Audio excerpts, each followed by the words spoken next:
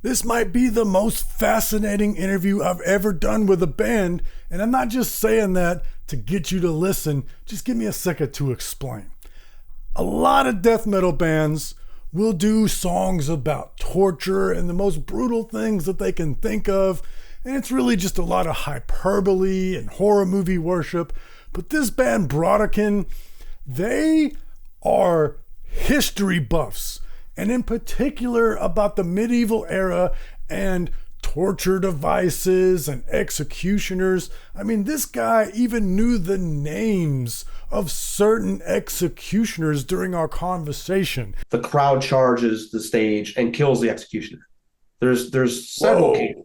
Yeah, several cases of that. So he knows the names of medieval executioners and artists from that period that did brutal paintings and other forms of visual art, like a real trained historian in the era, and all of their songs are historically accurate. So I got to ask him all kinds of questions that I've always wondered about the medieval era, and like why they were so mean to each other back then, and how could an executioner live with themselves, and the sort of art that was made back then. So many things that he taught me that I didn't know before, because I just have this basic understanding of the medieval era, and now I've got this expert who happens to make really killer death metal as well.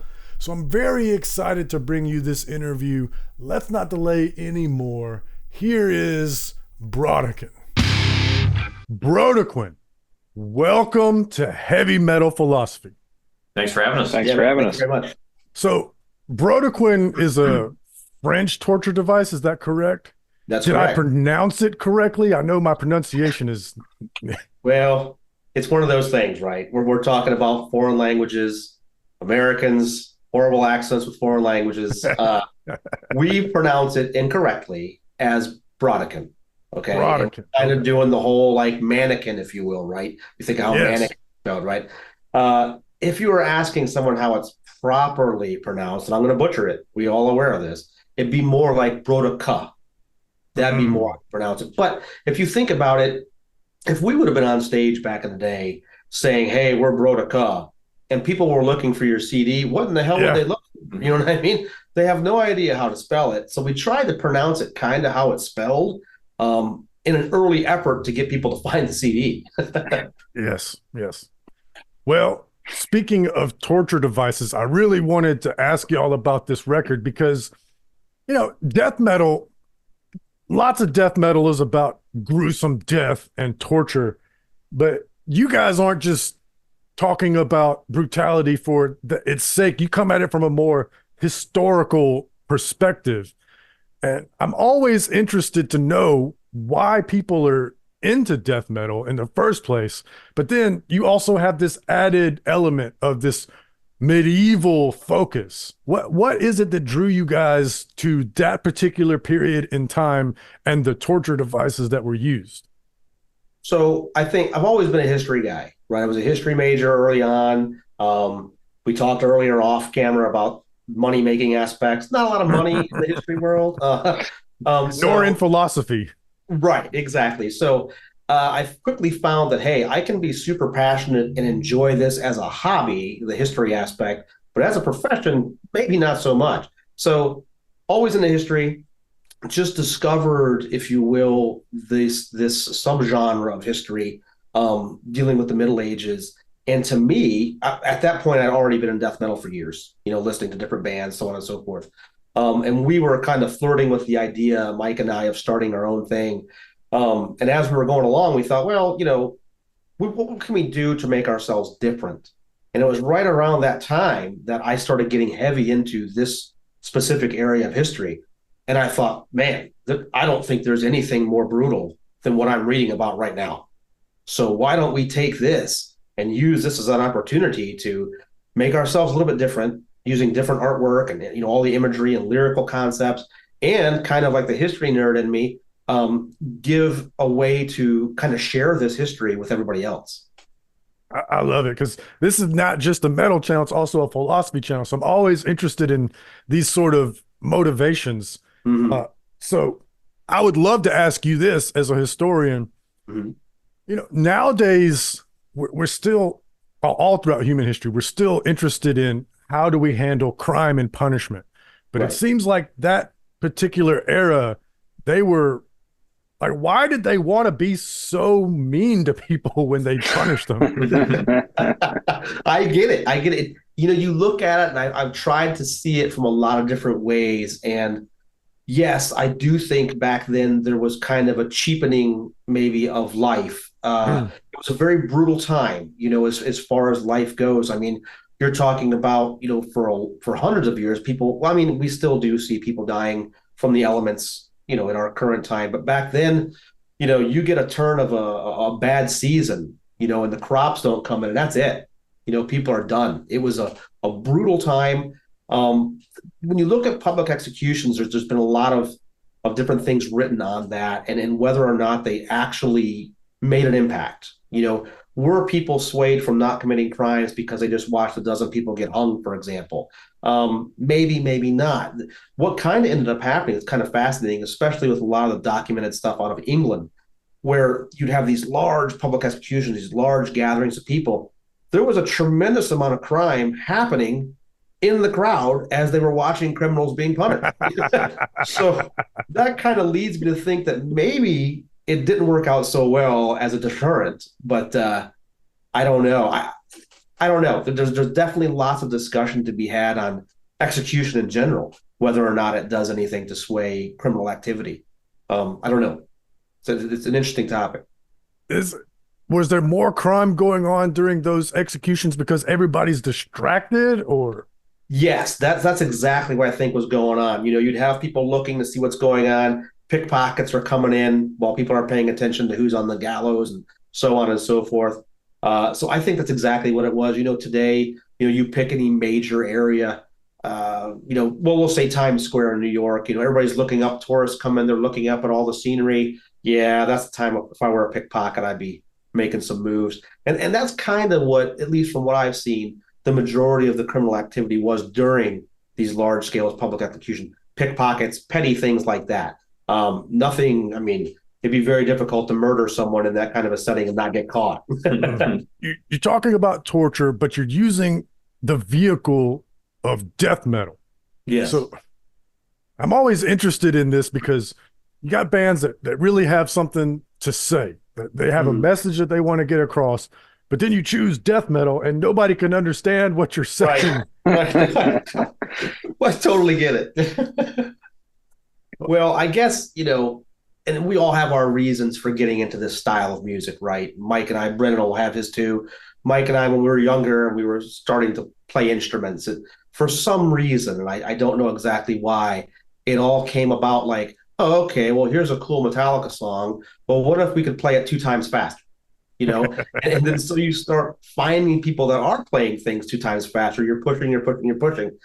I guess when you think of it, it'd be very difficult to be singing in heavy quotes about what we're singing about if it were something that were available on any pop art channel. Mhm. You know what I mean? Mm. This is not a very radio friendly topic. So it's very natural, I guess, that it goes into a very radio unfriendly genre.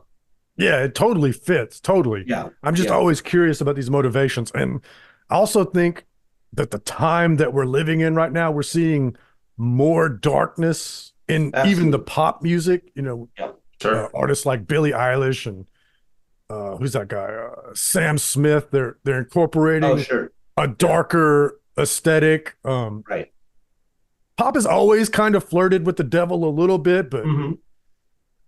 death metal, Right. we we do it with hyperbole. Exactly. And that's why I'm interested in what you're doing because most bands that are talking about torture, they're doing that. They're doing hyperbole. What Right. Let me think of the most brutal thing that I can say, the Yeah. most disturbing imagery that I can use. Right. And you're just like, Well, that's the this, appeal, though. That of what we do. That's the appeal because it was real. It actually happened. yeah, You know, yeah. like I don't really care to. I'm not really a big fan of death metal lyrics anyway because it is kind of silly and a lot of it's really juvenile. So the draw is this actually happened. Mhm. You know Right. what I mean? Like I don't want to just tell some fake silly story that I got from watching horror movies or something because it doesn't have any substance. You know, something that actually happened in the world, yeah, that has substance. Mhm. Yeah, that's the there's lots of contradictions in metal. And one of them is I'll look at other types of music and I'll think, oh man, that's so corny. You know. Mhm. Meanwhile, death metal is the campiest genre in all of music. It's the B horror movie genre, Right. but I It's love it. true. Yeah, I mean, we do too, obviously. It was just, I think, again, going back to the reasonings is when I started finding these old woodblock prints and these old engravings, and then you're kind of putting yourself in the perspective of, oh, wait a minute, this is something that was actually witnessed. That's why the artist is doing it, not because he's thinking, oh, this is something that would be terrible. No, no, no. He actually saw this happen and is trying to get it down for, to spread it amongst the populace.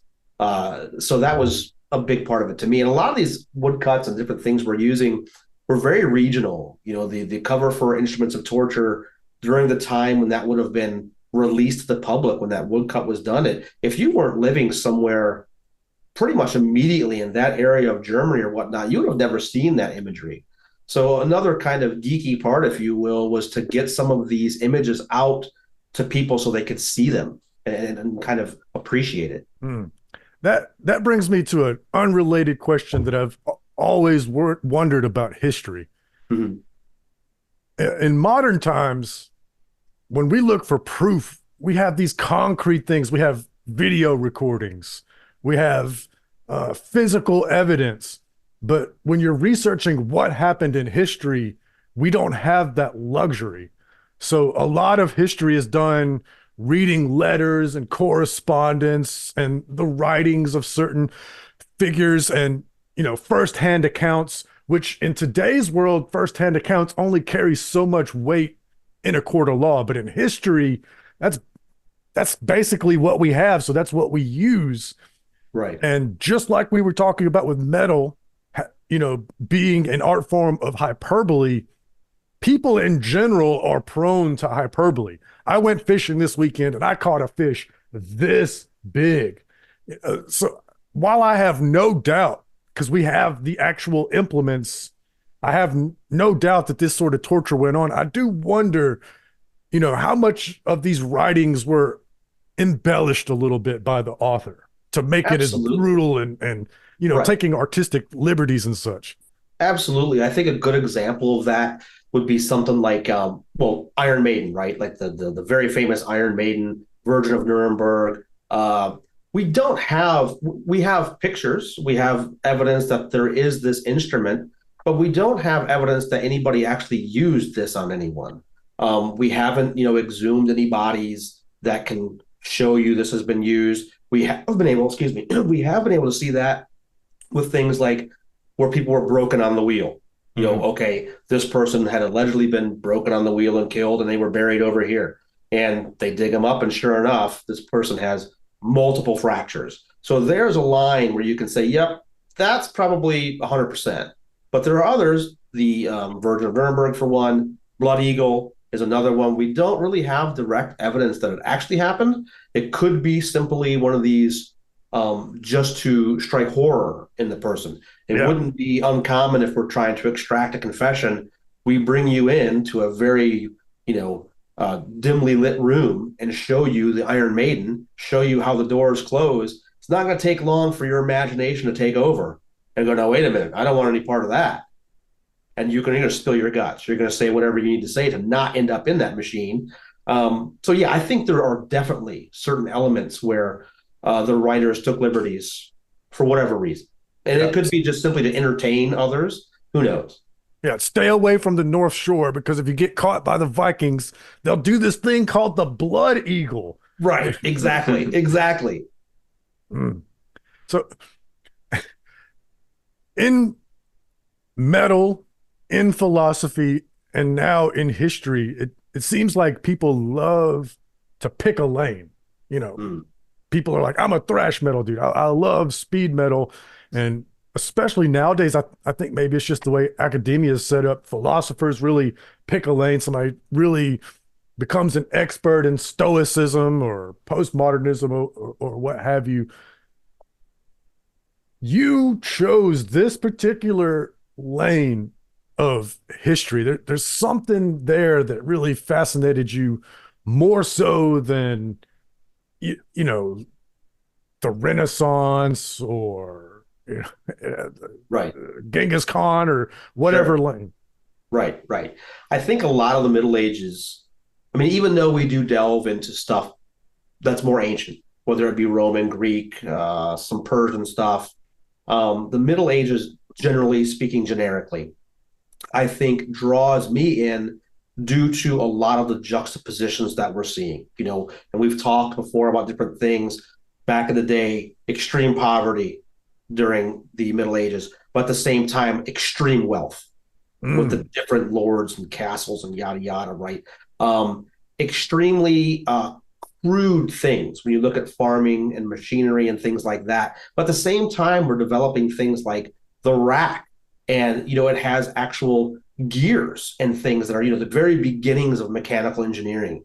At the same time, you had crazy advances in high art. So there were lots of different things going on that I think I kind of draws me in, and it's all on this undercurrent, in my humble opinion, of this brutality that was taking place, whether it be for religious purposes or whatever, where they're trying to root out different things. It's very striking to me that you can have, not to pick on religion, but that you can have like a church that's the interior is fully gold leafed, gilded, beautiful, and at the same time, two doors down, we're bleeding somebody out for whatever reason in the most crude fashion possible. yeah, the the lack of empathy to Mm. do that to somebody. And that's an interesting point. And when I got early on into this and started studying it, I really felt that, well, the executioner or the torturer must be the most callous person on the planet to do this. And there is an element of that is true with some of them. Like Jack Ketch was a famous one. I think that was probably 18th century, if I'm not mistaken. But there were plenty of them that they bought the hook, line, and sinker that they're saving this person's soul. All the Mm, screaming and all the resistance is simply the devil trying to trick you and stop punishing this person. And so they saw it as kind of a righteous mission to save the soul of the person. Somehow, some way, they're blocking out the screaming and the horror they're putting the person through for the greater good. That was kind of interesting when I stumbled upon that because I hadn't considered that before. And I'm not saying it's right. You know what I mean? I'm not saying like, oh, okay, they did it that way, so that's perfectly fine. I just found it as an interesting twist. That reminds me of one of the pieces that are used on the new album. It sums it up perfectly. And the guy is saying, you can't kill very large numbers of people except in the name of virtue. Mm-hmm. And to me, there was just no more truer statement ever. And yeah. that really sums that up. If you're justified in what you're doing because you believe you're right, you're capable of really heinous things. And history's shown us that. And that's something that's never going to stop, regardless of how advanced we get as a society. Yes, absolutely. That's what I was going to say. Is it makes sense because this is ongoing. It Yes. feels like, well, that was the medieval times. Mm-hmm. That's people were barbaric back then, but we're more enlightened now. Right. Mm-hmm. But we do the same thing. We may not Exactly. be torturing people, but we say, okay, this person was extrajudicially killed, and we go, yeah, shouldn't have been a criminal, or Right. we go to war with these people and we go, yeah, but they're savages. Right. We Right. find some sort of way to label people that separates them so that we don't have to feel that empathy when we're exploding their weddings or starving them to death. Mm-hmm. You know, name all different kinds of atrocities all over the world and all sorts of different political motivations. They're always some sort of leadership, be it government or the church or you know, racial. There's some sort of they're less than, what we're doing is righteous. Mhm. So we're still the same species that we were back in the medieval times. There's some progress, but Right. there's a lot of It's parallels. almost like if you're trying to go down that road, if you can other this other group of people and make them not you, like you're saying, then it's okay. Whatever you do is okay because they're not you. They're not the same.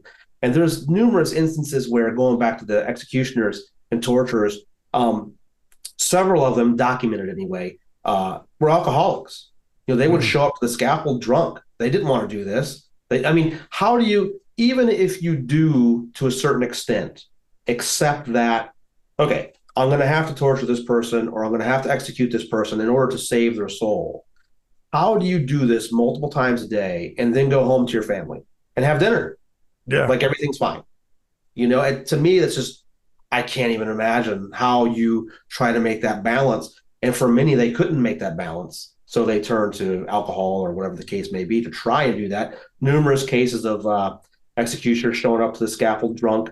Here they are to behead somebody, take 7-8 blows to take their head off when it should have taken one, because they are an expert in this field, but they show up hammered and that's what you get. I've heard that story so many times about the executioner missing. Yes. I didn't know that it was because they were drunk. In many cases, it was because they were drunk. You would have some cases where maybe it was an apprentice's time to shine. Like, okay, you've done your thing. You've been working with me for a couple of years. This one's on you. And he's nervous, terrified in front of a crowd having to do this and think of what he's having to do. And there's also numerous cases where they did that and the crowd turned. So it's kind of weird. So the crowd is there to see this criminal be executed, and they want this criminal to be executed. But they don't want the criminal to go through unnecessary punishment. So you have a guy takes 4 or 5 blows to take somebody's head off. The crowd charges the stage and kills the executioner. There's several cases. Yeah, several cases of that. So yes, they want this person dead, but they don't want to be unnecessarily cruel. It's very interesting. That's maybe that empathy poking through a little bit. Yeah, a little bit of empathy poking through. Yeah, right. And that's interesting because, I was making that point that we're the same species. We're the same people now that we were back then. And I was using that to say that we were messed up, but also there were some good people in the world too. And we can't lose sight of that. Well, you Not think that killing the executioner is a good thing to do either. Right, exactly. So I know. It's kind of, if you look at, like, to take a little bit out, but if you look at the Colosseum, right, back in the Roman days and how popular that was, how far removed are we? And I'm not saying this is bad or good, but how far are we removed from that with, like, modern MMA?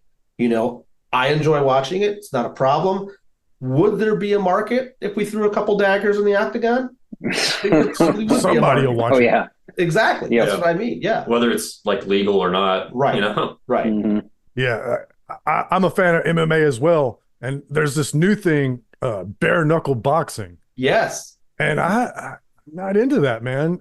No? I gotta be honest, man. We actually went to a couple bare knuckle events, and the fights were over way faster. And of course, because you're talking about bare knuckle. So a couple of these guys lose teeth and it's over. And they quickly realize you have a few of these guys coming from the MMA world where they're using, I think it's 4 or 6 ounce gloves. I can't remember. Mm-hmm. And when they get cracked for real with the bare knuckle, you see reality wash over them. Like, oh God, this probably wasn't a good idea. And so, yeah, a lot of those fights end quickly. Some of them are pretty drawn out though, and it's pretty nasty. Yeah, it can get hard to watch. Yeah, that's the part that I don't like. Right. Yeah, the blood factor is so much higher in that because you don't have that protection, and the damage to the actual striker is vastly higher because they don't have any protection for their hands. Right. They do have some wrist support, but they don't have. It's just not the same. Yeah, that's the part that I don't like. The glove is not to protect the other fighter. The glove is to protect your hand. Right. Mm-hmm. You get a lot of hand breaks if you don't take care of your hands. But absolutely. Also, the the bigger surface area. So with bare knuckle, you get these pointed Yep. points of contact. So there's way more cuts on the Oh, face yeah. in bare Yes. knuckle. And that's the part that I don't like. It's not so much the impact, Mhm. and fighters break their hands all the time in boxing Yeah. and MMA as well, but there's Yeah. so many cuts on the face. Yep. It's true. That It, part it's is I it's don't definitely not like for that. everyone. Yeah, I totally get that. I get that. Well, it's unnerving when you're seeing it live. The Yeah. events that we went to, we were like right up front, and there was a few points where we felt the need to kind of dodge the spraying blood. So it's Ooh. it's really unique experience, I got to say. Yeah. Yeah, and then you see the girls do it, and that might be sexist of me, but when I see those girls with the cut up faces, I'm just like, oh man, like y'all put some gloves on, please. Right. Yeah, I'm not into that either, man. No. Because I do enjoy women's fighting, Mhm. just not bare knuckle. I get it. I totally get it. Yeah. All right, where were we on the I don't know. I don't know how we went that way. Yeah, I have no idea. It's philosophical. Right. Mhm. Well, yeah, combat is interesting, especially now because that's voluntary. Right. It's consensual. Right. So we found a way to satisfy that need for violence that we have in us. Mhm. We're big believers here that, and this is David Burke's theory that I'm a convert of, that all metal is an exercise in existentialism. There's always thoughts about death in metal, but if you wanted to pick another reason, there's some sort of need for violence that we're also scratching a little bit. And one band that touches on that extensively is Vitriol. They base, I mean, that's almost their entire theme. It's like Dude, that new album violence, is relentless. transformation through suffering, that kind of thing. And like the subconscious need for it, even though you suppress it, it's like it's a part of human nature. So And it's weird because most of us, we have day jobs. We're engineers, we're clerks, we're carpenters, and we have families, and we love our kids, and just nothing going on. But something inside of us is thinking about motherfuckers getting broken on the rack for some reason. It's funny that you mentioned that. We were listening to the post mix of the album. I think it was before it got mastered. Jamie and I were coming back from somewhere, and he's like, "My God, it's just so dark." And I just started laughing. I was like, which is really funny because we have really good lives. Yet we create this dark music. It doesn't make any sense. The best way that I can make sense of it, because obviously I don't want any bad stuff to happen to the people I love or even strangers, But it's like when you're driving down the road and you see a carcass laying there and you go, that's metal. I would never do that. Right. But there's some sort of, it's like watching horror movies. There's Yep. some sort of thing that there's an attraction to the darkness. And I really think that everybody has it. It's just that we aren't so afraid of it. We are able to enjoy it, maybe compartmentalize it a little bit. Yeah, that could be. That's a good point. And then there's also And that fine line between like being fascinated with it and then actually doing it.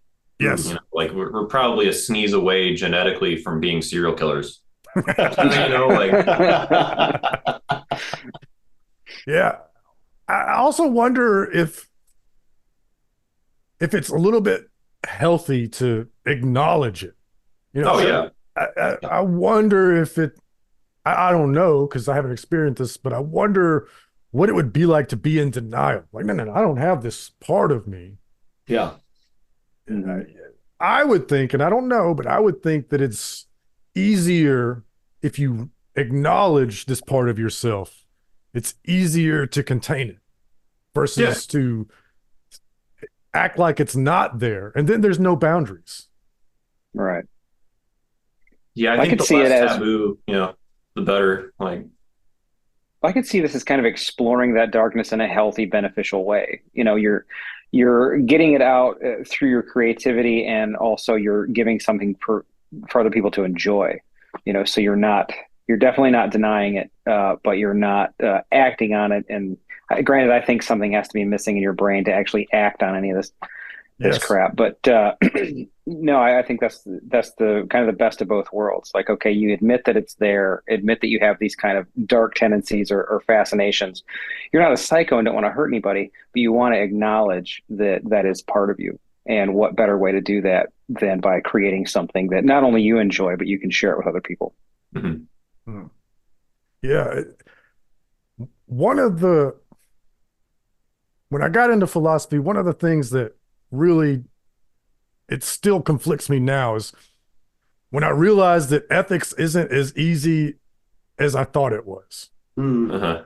You say, hey, Jamie's a good dude. And you say that because you've hung out with Jamie and he's never punched you in the face, never stolen from you, just never done the things that you think, yeah, that's bad. But that's like easy. That's like the bare minimum, Yeah, right. And also we have set up society in such a way to where a good large percentage of us are pretty well taken care of. Mm-hmm. There's that saying, it's easy to be an angel in paradise. Mm-hmm. If my family's starving, I'm fixing to rob a motherfucker, Right. Mm-hmm. And, Yep. and it's, when I don't have to worry about that, it's easy for me to go, I'm not a thief. I'm so virtuous. Mm-hmm. I don't know where I'm going with this other than I wonder how much of the setup of society is containing that part of us. And I wonder if maybe because of the brutality of the time that sort of stuff was there. There was no metal back then, Right. but the art was, Right. there's like this segment of really beautiful art, but then there's some wild art from back then. That's right. I was going to go there. You're right. And you think of it like the artists of that time, clearly talented. They could have painted anything. It didn't have to be this brutal stuff. They could have painted, these angelic, wonderful, picturesque things for churches or whatever. And they'd have certainly got a better commission doing that. But that sounds familiar. Yeah, right. Exactly. Right. That's what I'm saying. Exactly. But for whatever reason, they chose to go that way with it. They used their talents to show that, which of course, they got no recognition for in the grand scheme of things. Similarly with Japanese art, some of the wood blocks back in the day, there was artists by like Yoshitoshi, for example. His artwork was forbidden during the time of his life. It was extremely brutal and gory. However, if he would have done, beautiful landscapes, he'd be known. Mm-hmm. But he's not known. You have to dig for that stuff. So it's interesting he chose that path. Were some of these more brutal artists in the medieval European times, were they also banned, or was that just a Japanese thing? Just the Japanese that I'm aware of. I'm not sure of any. Yeah. I find that interesting because, we've all been through the satanic panic. We might be going through another one soon. And so the obvious arts forms, metal, lots of pearl clutching about devil worship and debauchery and degeneracy and whatnot. But there's always some art form where they just get a pass. Right. So I'm from the South, and I always go back to this. Bluegrass is about Satan. A lot of bluegrass is about Satan. And nobody bats an eye. Nobody goes, oh no, my kids are listening to bluegrass. And painters can paint pities and devils and torture and nothing. Right. That's a good point. Mm-hmm. It's a really good point. Because it's not scary sounding, Mm-hmm. Right. And yeah, you don't think of a bluegrass festival as being a very controversial thing. Yeah. Yeah. But you hear death metal and it's like if you aren't familiar with death metal, you hear it and think that it's just noise. You don't know what the hell you're listening to. You don't know what's going on. And you think, oh, they obviously have to be possessed by Satan to do this crazy shit. You know what I mean? Like, until you get into it, it's like you don't even know how to listen to it. I kind of compare it to jazz. Like, you sit down at jazz, if you're familiar with it, you know what you're listening to. And death metal is the same way. So it's a great scapegoat for, as you said, pearl clutching, because you can point at that and the vast majority of the population are going to look at it and go, yes, that's terrible. It's untalented garbage. It's noise. It's scary. So it's an easy scapegoat. Jazz is a great comparison because there's certain jazz that is more accessible than others, and it's a good way to, it's like a gateway. We talk about gateway bands in metal all the time. There's more melodic and structured jazz. That would be like Metallica. Yeah. And then you've got the real chaotic freeform jazz, and that's like, Imperial Triumphant, Sure. Yeah. You can't just start listening to Imperial Triumphant without some other bands first. Right. Well, let's talk about music now before we close, because you talked about death metal sounding like noise. One thing that really struck me listening to this album is I can hear the middle frequencies. Listening to a lot of death metal, obviously it's just bottom end all over the place and lots of highs with the squeals and the leads, and the middle gets scooped out. The guitars on this really feel upfront, and I want to ask you, did y'all pay attention to the middle frequency? Is that why I'm hearing them more upfront like that? I feel like I did, because really my goal in life was just to be on a recording that I could actually hear what I was doing. And because all the previous recordings, it's just like there's a guitar there, you think, but you can't really tell what I'm doing, And through so many years, people would come up to me and go, wow, I listened to your albums and now I've seen you live. I didn't realize you were actually doing that much. I was like, well, thanks, kind of, So it was a big deal for me that I really wanted to hear what was happening. And part of that is bringing up the mids, especially I layered the guitars this time. I've never really done that before. So it was something that I'd thought about. Yeah, people should take note, because not only does it sound more upfront, but it's not this crazy seesaw of frequencies either. And sometimes that's cool, like to hear a quick squeal and then the low part kicks in. Obviously I love that, but I don't have the words for it, but it's not this crazy swings of momentum, because there's not a huge section of the frequencies missing. And it also makes it, to me, punchier, because there's that middle frequency accompanying the lows of the bass drum and the vocals and the bass guitar. That's a really good point, because death metal is kind of a challenge to mix, because you have so much low. I mean, like the vocals themselves, I always think of the vocals as another instrument in death metal as opposed to just a vocal, but Agreed. That is really, really low range. And then you've got the thick kick drums and the bass and everything's down tuned. And it's like, hats off to the engineers that are willing to tackle death metal. You guys are doing a service to the world. I mean, it would be much easier if you just got into pop or something. Yeah, I mean, that's to say, like Josh, when he was mixing it, I mean, he was probably, we were probably giving him grief, just sort of like, can we bring out this more and this more? And it's like that kind of thing where it's like everything's fighting to be heard. Yeah. Josh did an amazing job balancing that and keeping it dirty still. Yeah, still dirty. Yep, good point.